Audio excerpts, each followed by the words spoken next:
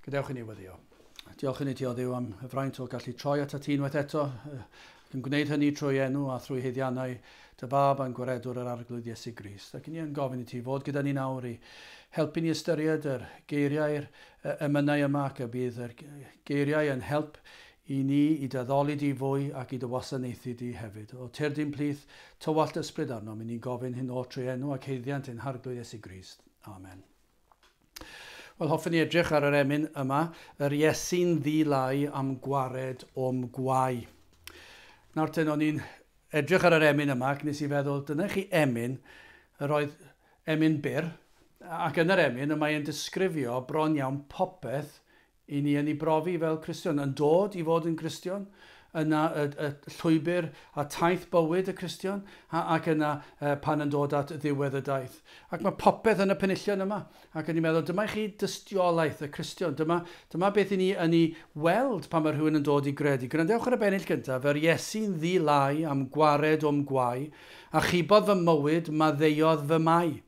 Fe'm golchodd yn rhad, do'n wir yn ei waed, gan selio fy mhardwn rhoes i mi ryddhad. Nawr, os y'n ni'n Gristnogion, dyma beth i ni wedi brofi. Os oes yna rhywun sy'n gwrando sydd eto heb ddod yn Gristion yn ceisio, fydd e wedi gallu uniaethu gyda elfennau o'r bennill gyntaf yna, fe fydd e'n gallu gweld fod yna rhywbeth yna mae'n deheu amdano. Achos os y'n ni'n gwrando ar tystiolaeth, unrhyw Gristion, os yw'r Cristion hwnnw yn Gristion yn ôl y gair Duw, ei fod e wedi ailenni, dyma be fydd e wedi brofi. Mae'n dweud fod yr Iesu heb gwestiwn, heb fethiant. Hynny yw, dwi'n bosib i'r Iesu fethu. Yr Iesu'n ddilai am gwared o'm gwai. Mae'r Cristion, neu'r un cyn dod yn Cristion, yn teimlo'r pwysau yma, yr eogrwydd yma, y pechod yma. Mae'n gweld ei heiddiant. Falle'n gynt yn dadle am ei bechod, yn cyfynhau bechod. Ond nawr, gan fod yr arglwydd wedi agor i lyged i weld ei angen neu weld ei bechod, mae'n teimlo'r pechod fel gwai. A chibodd fy mywyd, maddeuodd fy mai. Dyma tystiolaeth y Cristion. Mae'r Cristion, y beth cyntaf mae am wneud, yw canu clod i'r arglwydd Iesu Grist. Pam? Mae wedi fy achub i.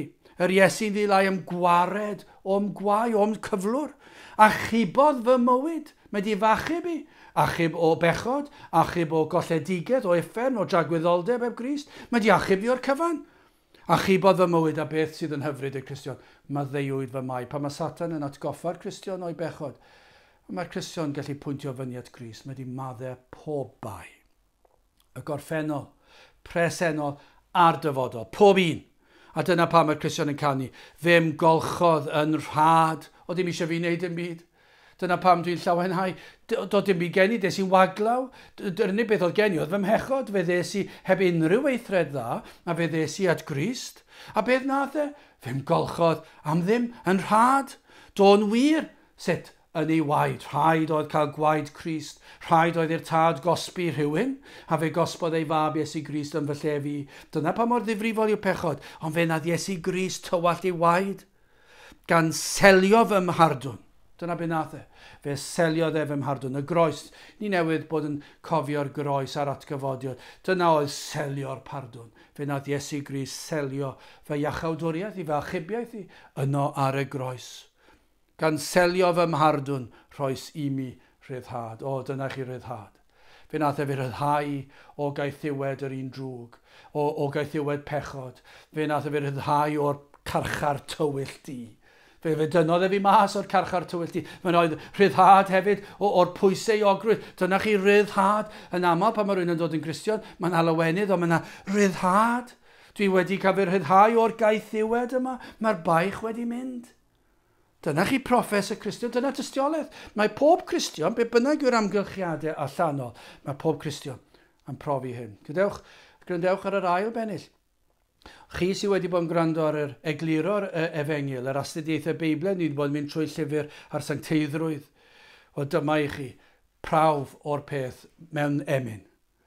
Iachawdwriaeth yn y bennill gyntaf, achubiaeth, sicrwydd cadwedigaeth. A be mae hwnna'n neud arwain at yr ail bennill? Fe enaid i sydd yn awr, nos a dydd, am ganmol yr Iesu, am rhoddes yn rhydd.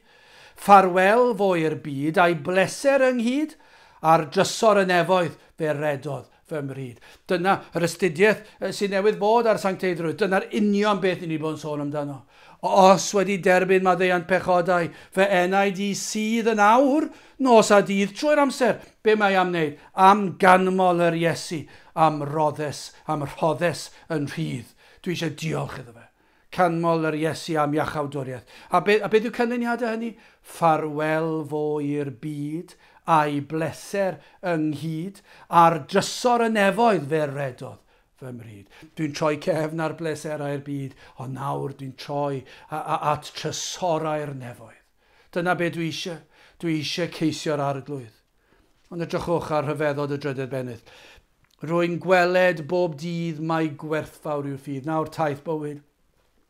A mae'r Cristion yn tyfu mewn gras a sancteiddrwydd, ac mae iachawdwriaeth, dwi ddim yn blino clywed sut dath yn Cristion, mae eisiau clywed yr efengil bob dydd Sul, bob cyfle mae'n gallu, bob oedfa mae eisiau clywed am y Cris croesoliedig a'r modd gafodd ei achub. Rwy'n gweled bob dydd mae gwerthfawr i'w ffydd, pan elw i borth angau fy angor i fydd.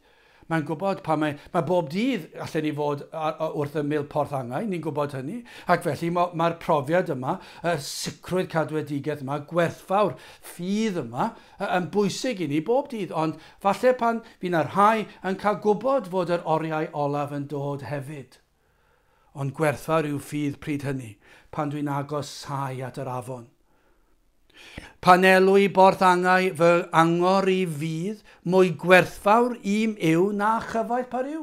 Gallech chi fod y person mwyaf cyfoethog yn y byd, ond os ych chi'n dod i borth angau, heb ffydd, does dim gobaith ganddoch chi, does dim sicrwydd, does dim byd i ddod â cysur i chi, ond i'r Cristion mae yna gysur. Gan bod ganddo ffydd, rwy'n gweled bob dydd mae gwerthfawr i'w ffydd, pan elw i borth angau fy angor i fydd. Crist yw popeth i mi, ffydd yng Nghrist. Mwy gwerthfawr i'm yw, na chyfoeth per yw. Mwy diogel i'm cynnal ddydd dial ein Duw. O, pan ddaw dydd y farn. Pan fyddai'n sefyll gerbron Duw. Dyna ddiogelwch. Dyna i chi un fydd yn ein cynnal ni. Fydd yr arglwydd Iesu Grist ein ffydd yng Nghrist. Fyddwn ni ddim yn ofni. Fe fydd Crist yna yn eiriol drosto. Mae wedi marw drosto ni. Dyna chi gadernydd. Mae'r Cristion yn y bennill yma, yn yr emyn yma, yn gallu dweud, mae Iesu Grist wedi fachub i, mae wedi dangos i mi sut i fyw, ac nawr wrth i fi gamu o fyd amser i dragwyddoldeb, dwi'n pwyso arno ef. O, na fyddwn ni gyd yn gallu tystio i'r hyn yr ydym ni yn ei ddarllen ac yn ei ganu yn yr emyn yma. Yr Iesu'n ddilai am gwared o'm gwai, a chibodd fy mywyd, maddeiodd fy mai. Fe ymgolchodd yn rhad, do'n wir yn ei waed, gan selio fy mhardwn, rhoes i mi ryddhad. Gadewch i ni weddio.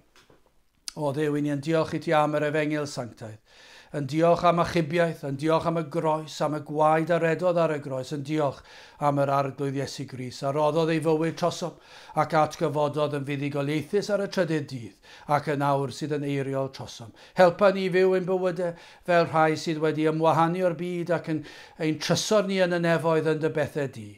Ac yna pan daw y dydd, byddwn ni yn pwyso'n llwyr ar Grist wrth gamu o fyd amser i dragwyddoldeb. Tyrd, gwna ni ar hyn dylsyn ni fod. I ni'n gofyn hyn o trwy enw ac heiddiant ein harglwydd Iesu Grist. Amen.